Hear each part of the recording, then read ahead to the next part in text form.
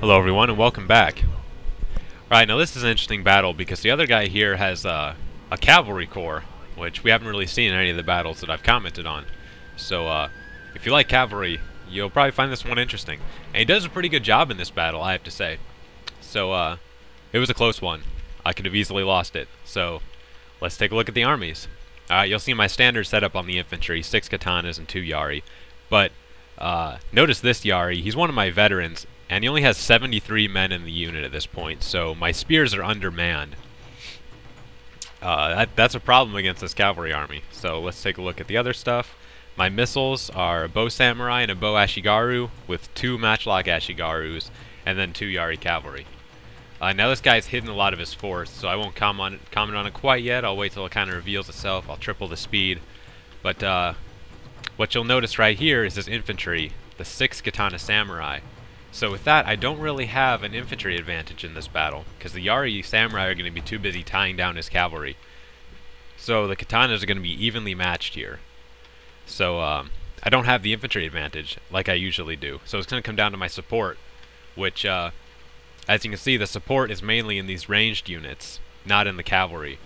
And ranged units, of course, are weak against cavalry because they're prone to getting rushed. So his army is basically a perfect counter to mine. His cavalry can easily overwhelm my missile units and my cavalry, so I'm going to have to be very careful.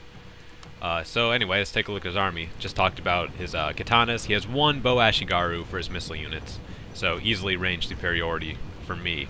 So let's look at the cavalry. 1, 2, 3, 4 yari cavalry and 2 light cavalry. So that's a lot of cavalry for 1.5 yari samurai to deal with. So how am I going to approach this battle? He has so much cavalry, he could use just his cavalry to attack early and really hurt my army pretty bad. Especially if he can just take out my cavalry and my ranged units, he can win. Because with whatever cavalry he has left versus his katanas, it's going to be a very close fight. So I'm going to have to take the battle to him. I have the ranged advantage. I'm going to try and skirmish as much as possible. But the problem with skirmishing against a cavalry-heavy army is, well, it's obvious. He can just come in and rush your bows. And I don't have enough spears to really guard him against that many cavalry. It's kind of a unique battle. You don't really see people bring this much cavalry, but it's a workable setup, and he'll do a pretty good job. So here we are. Just want to take a quick note of the morale bar. Look, it's already in the yellow. That's because he's so far from the general. So that's why it's important to keep your general up close. I mean, for cavalry action, it's not a big deal. Even mine are down a little bit.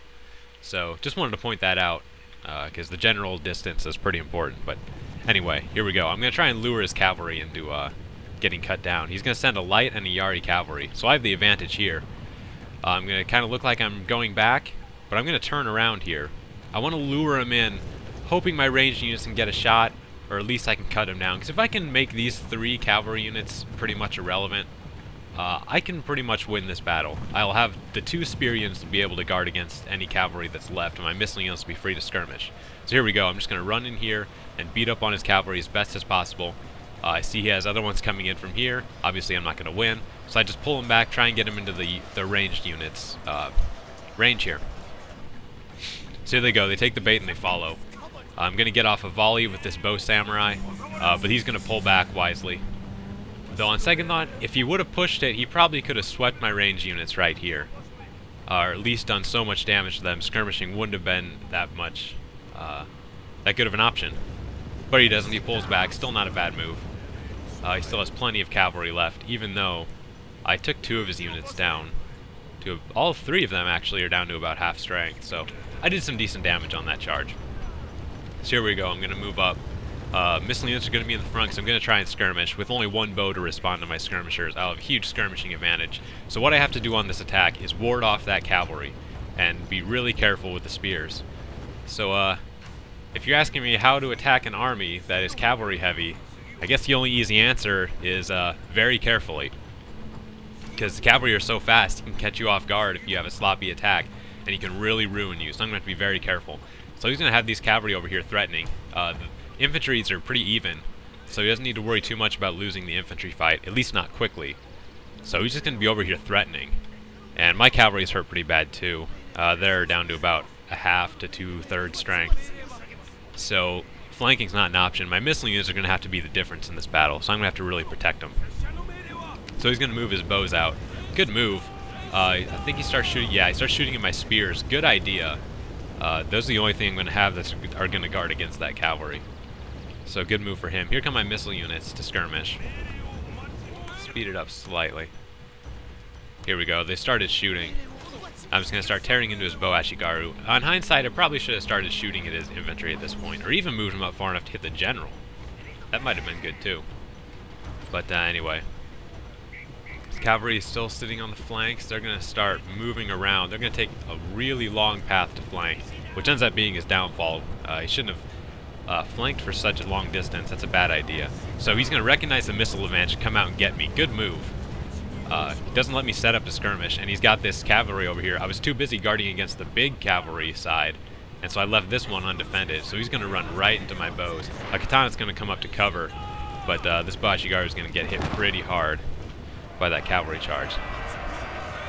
So here we go. I'm sending Matchlock up just to hold him down. I didn't quite get to pull him back in time, so my missile units got hurt pretty bad. So I'm losing my advantages in this battle early. So really sloppy skirmishing on my part.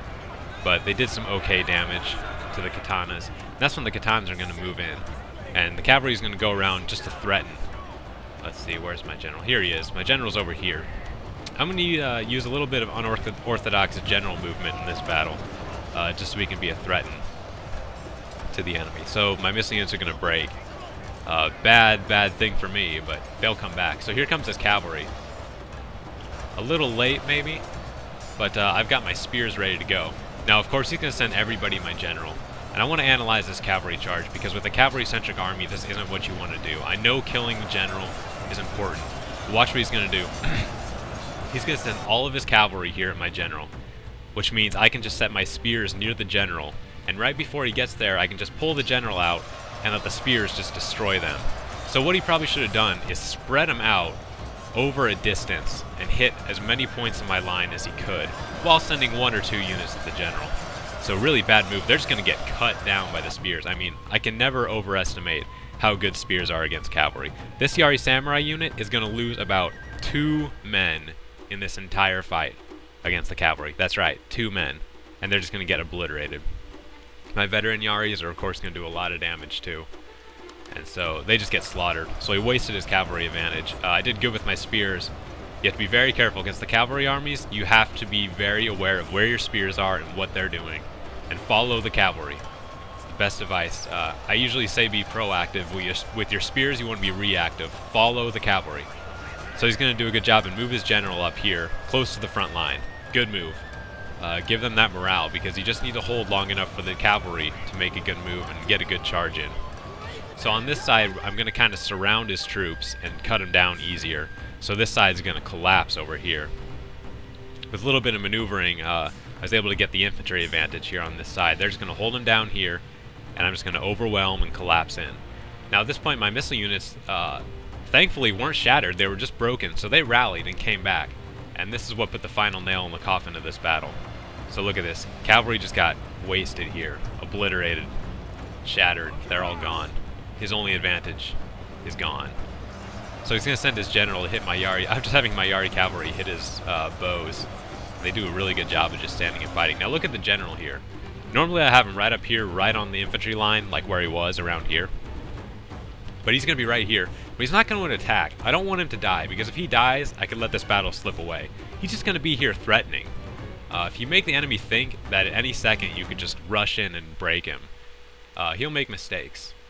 So he's just going to be threatening here. The missiles are back. They are shooting. The morale damage is hitting the enemy troops. They're wavering. And there you go. The cavalry is all gone. His only advantage has been obliterated, except this 1 unit. So the Yaris are then going to join the infantry fight. They're going to try and flank around. The missile units are coming up to get the last shots in. And look, his general is running away from the battle line. I guess he lost track of him. Or maybe he's chasing a routing cavalry unit. But bad move. I mean, with the morale, he still might have been able to salvage this battle, but people are going to waver as soon as the general gets far away from him. I move mine back towards my line just to rally them. And the muskets are going to make short work of that. So here comes the general. He's coming back.